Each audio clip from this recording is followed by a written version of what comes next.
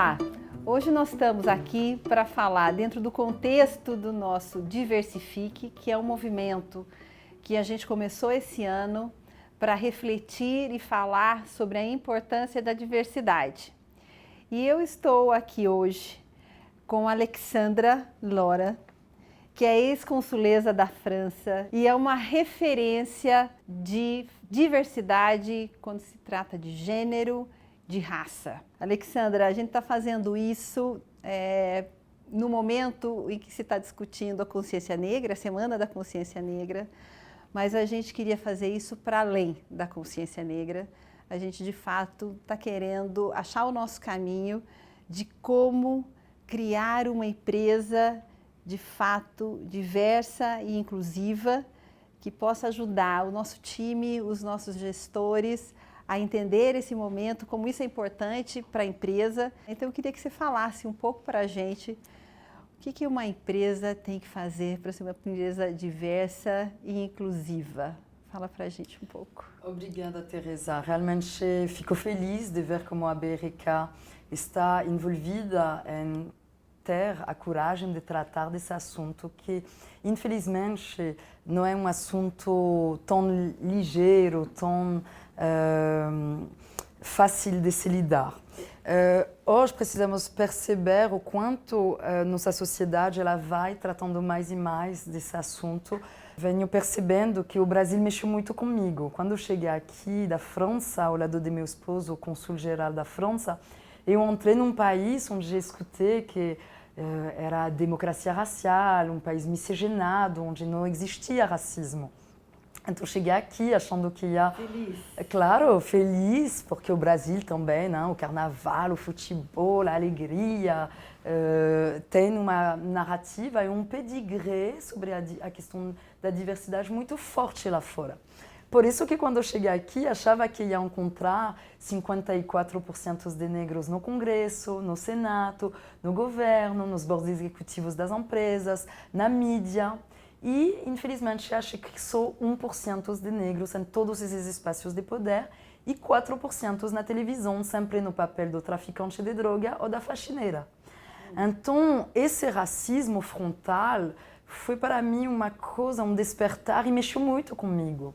Porque escutava muito dessa coisa do racismo velado. Não é nada velado, é explícito.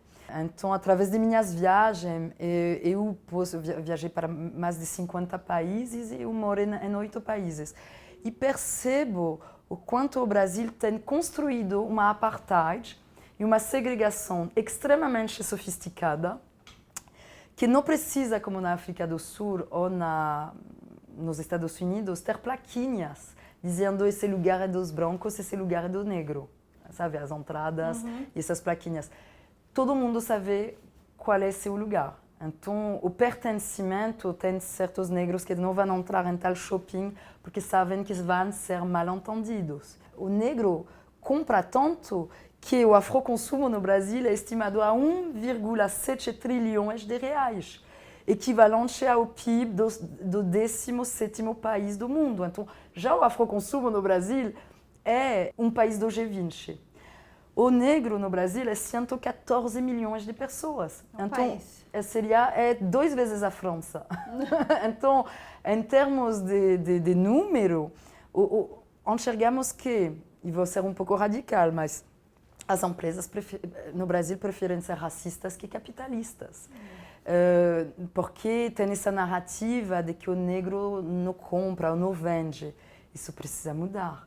Porque eu ajudei muitas empresas, através de minhas consultorias, a perceber a falta de negócio que eles estão perdendo. E consegui ajudar várias empresas a aumentar a rentabilidade delas, abrindo o olho, percebendo que se você, dentro da sua organização, não olha para pesquisas fundamentais como a da McKinsey sobre diversidade, como reequilibrar diversidade de gênero, de raça, aumenta a tua rentabilidade, é simples. Porque se você só deixar homens brancos da PUC, FGV, Mackenzie, pensar o mundo brasileiro juntos, desenvolvendo produtos, campanhas para falar com o verdadeiro público brasileiro, que é de maioria de mulher, 52% de mulher, e de negros, exato, eles não conseguem dialogar com esse público, porque eles não convivem com esse público. Um negro não é um branco com melanina. Tem toda uma cultura. Então, precisamos adaptar os produtos das empresas com esse mercado que sempre esteve lá, mas que hoje são poderosos economicamente e que hoje está precisando ser olhado com carinho, dignidade e também com um foco no afroconsumo como rentabilidade para as empresas. Muito interessante quando você traz que o negro não é um branco com melanina. Isso diz muito da necessidade da diversidade para você desenvolver um produto ou até como você prepara a empresa para prestar um serviço. No caso da BRK, o nosso cliente, ele é aquele cliente que recebe água e esgoto e saneamento de qualidade, né? O nosso propósito é transformar a vida das pessoas levando água e saneamento de qualidade. E grande parte dos nossos clientes são negros e são mulheres, né? E eu sei que você tem uma visão muito interessante do mundo se ele fosse o oposto. A BRK é uma empresa que, dos 6 mil funcionários, 51% são negros. Nós temos, quando a gente vai para a média gerência, a gente está falando de 4% de negros. A gente tem um longo caminho pela frente para melhorar isto. Então eu queria que você, com a sua experiência, trouxesse um pouco dessa sua visão do mundo se ele fosse ao contrário. Primeiro, obrigada por já entender sobre o diagnóstico que as empresas precisam fazer. Muitas empresas erram querendo já comunicar sobre diversidade sem olhar para dentro da empresa. Então, já olhar os números de 51% de negros dentro da BRK é já excepcional, porque realmente não tem tantas empresas que têm essa realidade. Agora, é também corajoso admitir que só tem 4% na liderança da empresa e que vocês estão querendo investir sobre esse tema para entender melhor e melhorar esses números. Então, é bom também entender que o diagnóstico da sociedade é que hoje a maioria de seus clientes são negros e que a maior parte dos seus futuros clientes que mais precisam são as comunidades. As favelas, tem 15 mil pessoas morrendo cada ano no Brasil por falta, por justamente falta de saneamento, por bactérias que transitam por o esgoto a céu aberto e pessoas que ficam doentes por essa falta de instalação. Mas temos que perceber, olha, a França, na época de meus avós, já só de meus avós, não tinha banheiros e saneamento na França inteira. Hoje olhamos a França como um país do primeiro mundo, mas só umas décadas atrás estávamos sem banheiros nas próprias casas, duchas, banheiras. Então é muito recente, a época de meus pais. Então o Brasil melhorou muito, se tornou a nona economia mundial, mas ela está em transição, então você ainda tem muito para melhorar. É um mega mercado, mas é bom também enxergar que a maioria dos futuros clientes são mulheres negras, porque a maioria das famílias são chefiadas por mulheres. E como a maioria das mulheres são negras, é um raciocínio interseccional. Agora, gostaria de convidar você a enxergar um mundo ao inverso. Vamos agora trabalhar a empatia e a compaixão sobre o tema da diversidade étnico-racial. Então agora imagina um mundo de tudo o que fosse feito pelos negros fosse considerado lindo, inteligente, maravilhoso. E que todas as suas referências históricas fossem só com personalidades negras. Olha agora essas imagens. Imagina que dentro dos livros didáticos, acadêmicos, você tivesse só referências com personalidades negras. Os inventores, os revolucionários, até Jesus Cristo fosse negro. Olha nessa imagem, o papel do branco está sempre no papel do escravo, submisso, coitadinho. Quando você abre a televisão, nessa imagem você enxerga o protagonismo só com personalidades negras. Agora você deixa o remoto para seus filhos abrir a televisão. E eles só enxergam super-heróis, princesas, toda a narrativa dos desenhos animados está só com personalidades negras. E quando você vai para comprar brinquedos para seus filhos, não acha nenhum super-herói branco. Acha uma ou duas bonecas brancas, mas a maioria são negras e retintas. Quando você vai na bancada de jornal, toda a imprensa só foca em personalidades negras. E só existe uma revista, que se chama a Revista Raça. Ela só fala de brancos. E nós negros achamos um absurdo. Por que falar só de brancos? Essa revista é racista. Somos todos iguais. Não é? Agora, essa é a cor da USP. Só alunos negros. E isso representa a meritocracia. Os brancos querem cotas. Mas, gente, somos todos iguais. Por que dar cotas para os brancos? Realmente temos as mesmas oportunidades. Não entendo. Será que o branco é menos capaz? Bom, vou parar aqui, tá? Já gerou bastante incômodo para entender o quanto estamos longe de reequilibrar nossa sociedade e o quanto precisamos realmente enxergar esse elefante, hein? Olhar o monstro da falta de representatividade no espelho. E eu gosto muito de cutucar um pouco as empresas, falando, antes de falar de diversidade ou de inclusão, precisamos entender o porquê da exclusão. E fazer treinamento e workshop com os RHs que não conseguem perceber os vieses inconscientes deles. Porque a zona de conforto de qualquer ser humano é escolher alguém que se pareça a você, que se veste como você, que vem do mesmo bairro, que saiu da mesma, que pensa igual, que saiu da mesma escola. Então, se você estudou na FGV, é muito mais confortável contratar alguém que estudou na FGV. É muito mais confortável contratar alguém que coloca perulas porque você está com perulas. É muito mais confortável contratar alguém que conversa da mesma forma que você. Só que as pesquisas de neurociência e as pesquisas da McKinsey, MIT, Stanford, Harvard demonstram o contrário. Mais você tem a coragem de contratar pessoas que pensam diferente de você, melhor você cocria, inova e pensa de forma diferente para se adaptar melhor com o verdadeiro mercado. Imagina se na BRK tivesse só mulheres CEOs, como você.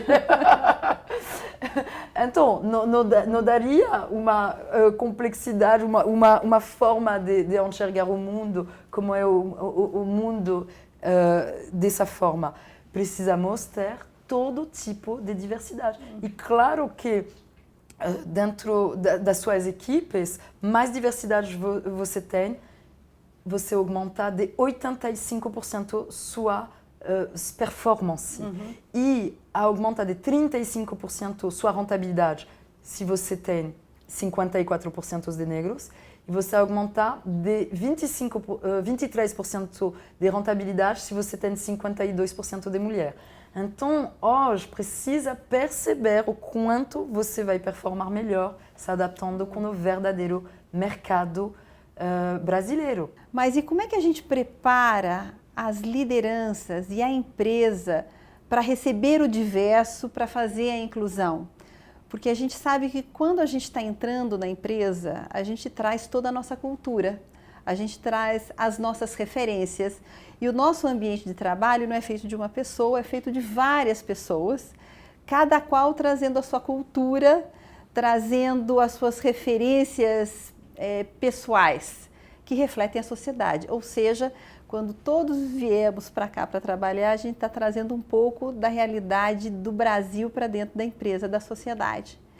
Como é que a gente ajuda, como é que a gente trabalha, como é que a gente pode viabilizar que as lideranças estejam preparadas e abertas para entender esse ambiente? Porque não é simples, né?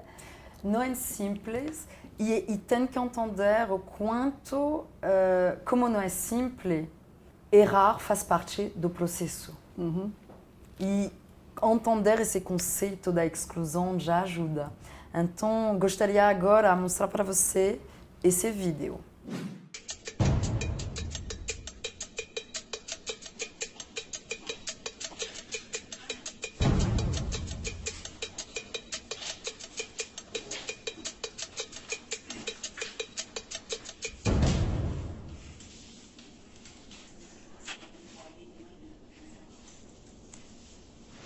Muito obrigado por terem vindo. Eu vou mostrar algumas fotos para vocês e eu queria que vocês me dissessem o que vocês veem nessa foto. Tá atrasada. Tá com pressa. E essa? Ela é designer de moda. Escolhendo uma roupa para ela comprar. Executivo, pode ser na parte de finanças, pode ser na área de RH. Mais uma. Acho que o meu pai está cuidando do jardim da casa dele. Com certeza ele não tem cara de ser empregado da casa, não. Ele está limpando a casa dela, está limpando a pia. Eu achei grafiteira, tem jeito de grafiteira. No grafite é uma arte, não é vândalo, não é uma vândalo.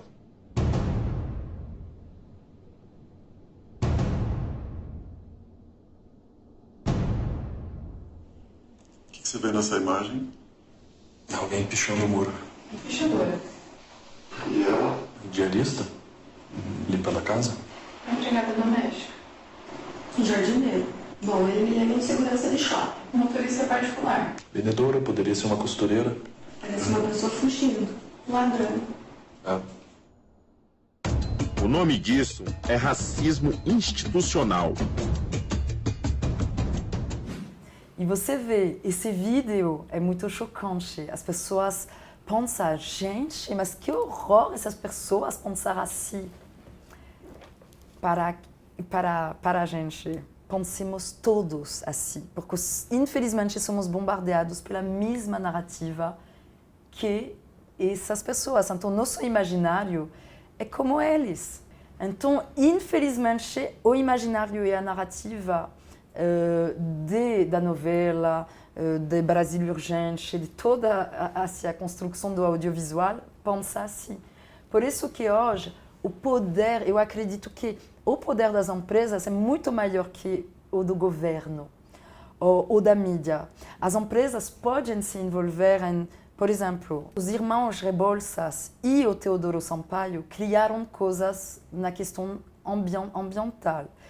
E eles são grandes inventores, grandes figuras negras que foram esquecidas ou embranquecidas. Assim, todos os dias passamos pela Teodoro Sampaio, pela Rebouça, mas nós sabemos que foram grandes homens negros que participaram na mudança e a construção do Brasil. Como Machado de Assis foi embranquecido, Oscar Freire foi embranquecido, Luiz Gama foi embranquecido. Então, hoje precisamos iniciar projetos comunicando através de nossas empresas sobre essa mudança que queremos ver no mundo. Empoderar já dentro da sua empresa negros que já conhecem há muitos anos a cultura da empresa, investir neles. Talvez o inglês deles não seja tão perfeito, então investir para eles dar um pulo quântico. A questão da igualdade é fofinha no mundo dos ursinhos carinhosos, mas infelizmente estamos incapazes de chegar a uma igualdade, porque somos diversos e precisamos talvez ressaltar nossas diferenças, parar de olhar o mundo de forma eurocêntrica. Porque se eu tiver que, por exemplo, com tranças, quando tenho tranças, você já me viu com tranças, se eu tenho que entrar na piscina do Clube Pinheiros, onde é obrigatório colocar uma touca de piscina, onde vou achar isso no mercado? Em qual shopping vou achar uma touca que possa acolher meu cabelo com dread, com tranças, com afro? Igual no passaporte, se meu cabelo sai do quadro, por ter um cabelo afro, que agora não é o caso, coloquei tudo. É isso, temos que entender o quanto o Brasil é o país que tem a segunda maior população negra do mundo, depois da Nigéria, não tem um super-herói negra nas lojas. Então estamos educando nossas crianças a pensar o mundo de forma racista. Porque a criança, não é só a criança negra que não se vê representada, a criança branca que também que não vai ter 54% de seus brinquedos para aprender a mexer e a brincar conosco desde o início. Precisamos investir não só dinheiro, mas tempo, foco, metas, iniciativas, convidar, e o que mais gostei na BRK é ver também muitos brancos dentro do grupo étnico-racial, porque não é só o trans que vai resolver as questões trans, não é só o PCD que vai resolver as questões do PCD, não é só o negro que vai resolver a questão do negro. Então, quando tem na ONU o He4She, o hashtag He4She, de homens que ajudam mulheres a subir na liderança, porque eles têm a chave do jogo, temos que ter o hashtag White for Black, brancos que ajudam também a deixar subir na liderança negros. E isso envolve foco, dedicação, aceitar perder o controle, aceitar estar num momento de transição onde você vai ter que preparar um ambiente para acolher essa nova realidade. E que isso precisa realmente ser uma mudança de comportamento e que, através de workshop, de treinamento, trabalhando todas as camadas das empresas, através de aula de repertório, através de vídeos digital, é isso que precisamos entender, que somos atores dessa mudança. A gente precisa encarar o problema e poder discutir. E, Alexandra, te agradeço muito por trazer esses insights para a gente, por trazer essa visão de se o mundo fosse o oposto. E a gente está começando a nossa jornada aqui para preparar, para ser de fato a BRK uma empresa que reflita a sociedade na medida em que ela reflete a realidade de uma população muito diversa, onde a gente tem a maioria da população negra, os nossos clientes são a maioria negros, são as mulheres, e a gente quer ter aqui dentro uma empresa para além do Dia da Consciência Negra, uma empresa que de fato faz o que pensa, e a gente sabe que não tem caminho fácil para isso, mas tem muito foco, dedicação, disciplina e gente para ajudar a gente a pensar como você está fazendo com a gente aqui hoje. Muito obrigada, prazer te receber aqui e agradeço muito. Muito obrigada, Teresa. Obrigada.